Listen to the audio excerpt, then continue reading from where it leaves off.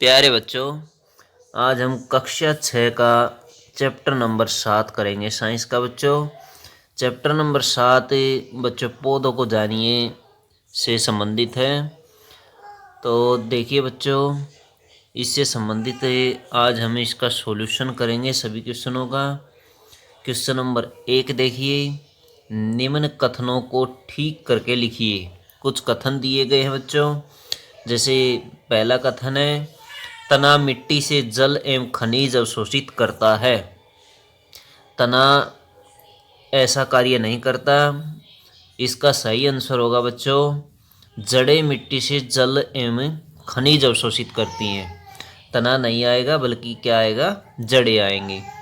दूसरा क्वेश्चन देखिए बच्चों, पत्तियां पौधे को सीधा खड़ा रखती हैं। ये भी गलत है बच्चों। इसका सही आंसर आएगा तना पौधे को सीधा खड़ा रखता है। गए देखिए बच्चों, जड़ें जल को पत्तियों तक पहुंचाती हैं। जल को पत्तियों तक पहुंचाती है, ये भी गलत है।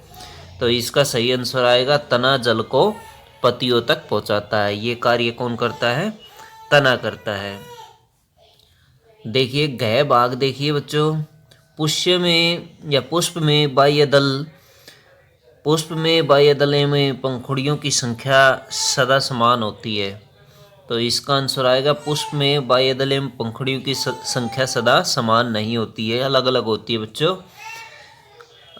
यदि किसी पुष्प के बाह्य दल परस्पर जुड़े हों तो उनकी पंखुड़ियां भी आपस में जुड़ी होंगी। यदि किसी पुष्प के बाह्य दल परस्पर जुड़े हों तो ऐसा जरूरी नहीं होता कि उनकी पंखुड़ियां भी आपस में जुड़ी हो। तो इसका सही आंसर ये है। नेक्स्ट देखिए बच्चों, यदि किसी पुष्प की पंखुड़ियां परस्पर जुड़ी हो तो स्त्रीकेसर पंखुड़ियों से जुड़ा होगा। यदि किसी पुष्प की पंखुड़ियां परस्पर जुड़ी हो तो यह भी जरूरी नहीं है कि स्त्रीकेसर पंखुड़ियों से जुड़ा होगा। तो इसका ये सही आंसर होगा बच्चों। क्वेश्चन नंबर 2 देखिए, निम्न के चित्र बनाइए। पत्ती का, मूसला जड़ का, एक पुष्प का चित्र बनाइए। तो पत्ती का चित्र आप देख सकते हैं बच्चों, ये पत्ती का चित्र है। तो आप बना सकते हैं। इसमें ये पर्णवृत्त होता है, जो किसी टहनी से जुड़ा हुआ भाग होता है, वो पर्णवृत्त होता है। ये पर्णफलक होता है बच्चों, इसको पटल भी बोलते हैं। और ये पर्णफलक होता है, फैला हुआ भाग। मूसला जड़, ये जड़ होती है बच्चों मूसला जड़, जिसमें एक मुख्य जड़ होती है और जिसमें और बाकी छोटी छोटी शाखाएं फैल जाती है, उसे मूसला जड़ कहते हैं। और दूसरी रेशेदार जड़ होती है बच्चों, उसके अंदर कोई मेन जड़, मुख्य जड़ नहीं होती, सारी छोटी छोटी जड़ें होती है, ऐसे फैल जाती है जैसे घास की जड़ होती है बच्चों। और मूसला जड़ बच्चों पेड़ पौधों में, बड़े पेड़ पौधों में पाई जाती है, जैसे जामुन का पेड़ होता है, आम का पेड़ होता है, उसके अंदर मूसला जड़ पाई जाती है। एक पुष्प का चित्र आप ये बना सकते हो बच्चों, इस तरह से बना सकते हैं। क्वेश्चन नंबर 3 देखेंगे, क्या आप अपने घर के आसपास ऐसे पौधे को जानते हैं जिसका तना लंबा परंतु दुर्बल हो? इसका नाम लिखिए। आप इसे किस वर्ग में रखेंगे? अपने घर में हमने मनी प्लांट देखा है, जिसका तना लंबा होता है परंतु दुर्बल भी होता है। यह विसर्पी लता वर्ग में आता है। और विसर्पी लता वाले पादप अपनी पड़ोसी संरचनाओं से सहारा लेते हैं। पड़ोसी संरचनाओं से सहारा मतलब बच्चों किसी दूसरे पौधे का सहारा लेकर के ऊपर चढ़ जाते हैं। क्वेश्चन नंबर 4 देखिए बच्चों, पौधों में तने का क्या कार्य होता है? पौधों में तने का मुख्य कार्य है, यह जड़ों से पत्तियों और अन्य भागों में पानी और खनिजों के संचालन में मदद करता है। यह शाखाओं, पत्ते, फूल और फल और पौधों की कलियों को भी सहायता प्रदान करता है। ये पौधे को सीधा खड़ा रखता है बच्चों, और परिवहन में, जल के परिवहन में, खनिजों के परिवहन में सहायता करता है।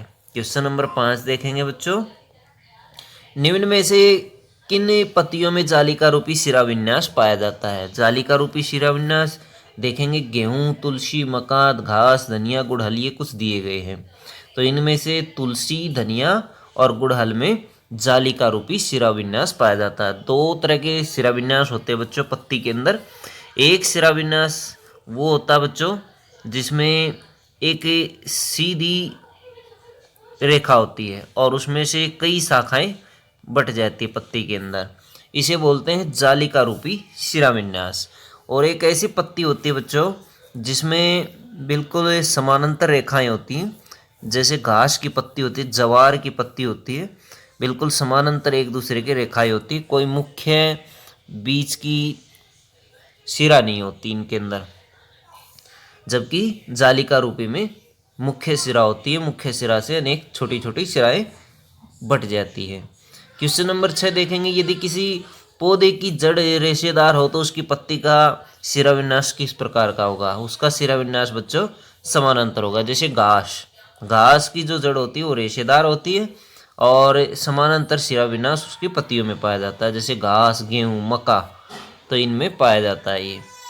क्वेश्चन नंबर 7 देखेंगे, यदि किसी पौधे की पत्ती में जालिका रूपी शिराविन्यास हो तो उसकी जड़ें किस प्रकार की होंगी? तो उसकी जड़ें मूसला जड़ें होंगी। जैसे जामुन के पत्ते देख सकते हैं आप, आम के पेड़ के पत्ते देख सकते हैं, इनमें मूसला जड़ होती है और इनकी पत्तियों में जालिका रूपी शिराविन्यास पाया जाता है। जैसे गाजर होती है, गुलाब होता है। क्वेश्चन नंबर 8 देखेंगे, क्या आप किसी पौधे की पत्ती की छाप को देखकर ही पहचान कर सकते हैं कि उसकी जड़ मूसला जड़ होगी अथवा जकड़ा जड़, या फिर जकड़ा जड़ को बोलते बच्चों समानांतर ये रेशेदार जड़, समानांतर नहीं होती, जकड़ा जड़ जो होती है वो रेशेदार जड़ होती है। हाँ बिल्कुल, हम किसी पौधे की पत्ती की छाप को देखकर पहचान कर सकते हैं कि उसकी जड़ मूसला जड़ होगी या जकड़ा जड़ होगी। हम पौधे की पत्ती जड़ों के प्रकार को देखकर उनकी पत्तियों के प्रकार की पहचान कर सकते हैं। यदि किसी पौधे की जड़ें मूसला जड़ें हैं तो उसकी पत्ती जालिका रूपी शिराविन्यास होगा, और यदि किसी पौधे की जड़ें रेशेदार हो तो उसकी पत्ती जो है वो शिराविन्यास समानांतर होगा। बच्चों आसानी से पहचान की जा सकती है। क्वेश्चन नंबर 9 देखेंगे, किसी पुष्प के विभिन्न भागों के नाम लिखिए। पुष्प के विभिन्न भागों के नाम मुख्यतः इस प्रकार हैं। बाह्य दल होता है जो फूल के सबसे नीचे वाला हिस्सा होता है, ग्रीन पार्ट होता है, हरा पार्ट होता है जो पंखुड़ियों के बिल्कुल नीचे होता है, उसे बाह्य दल कहते हैं। पंखुड़ियाँ, रंगीन पंखुड़ियाँ होती हैं। स्त्री केसर बिल्कुल बीच में पाया जाता है फूल के, और पुंकेसर स्त्री केसर के चारों तरफ पाए जाते हैं। पुंकेसर के 2 भाग होते, तंतु और परागकोश।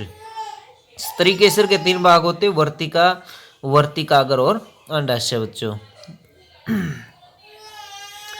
क्वेश्चन नंबर 10 देखेंगे, निम्न में से किन पौधों के फूल आपने देखे हैं?